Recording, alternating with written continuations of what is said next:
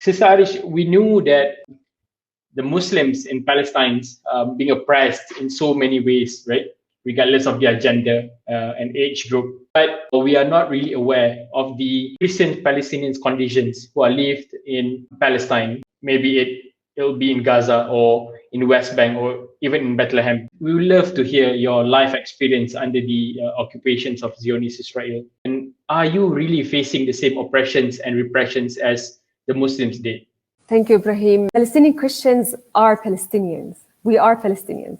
I live next to my Muslim neighbor. We live side by side. So whatever they're going through, I'm going through. Their reality is my reality. I face it myself. We are persecuted and we are as resilient.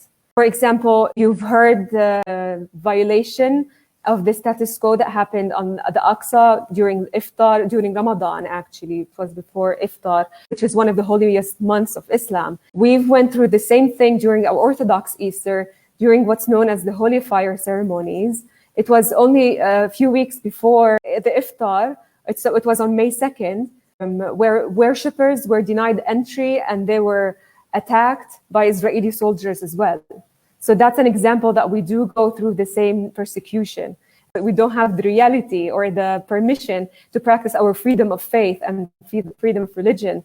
For example, everyone who lives in Palestine and Gaza needs permit to go pray in their holy sites. That's if it's granted. That's the same for us Christians. For me personally, I've never been to the Holy Sepulchre in Jerusalem during Easter. That's something I was never privileged to do because of the restrictions. Sometimes I won't get the permit, and if I do, I won't be let in. And people from Gaza, I know some Christians were never able to come visit the Nativity Church that's in Bethlehem or the Holy Sepulchre that's in Jerusalem. So we do have those restrictions. This is our cause, all similar and all equally.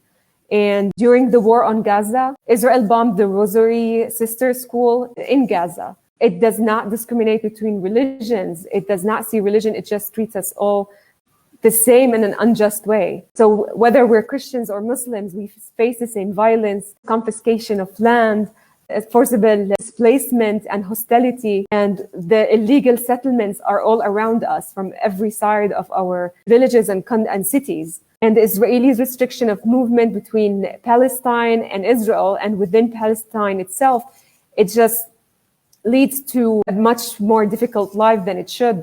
And it just restricts us, again, from going to our worship places, but it also separates family members, and it makes our lives much harder and going to work harder.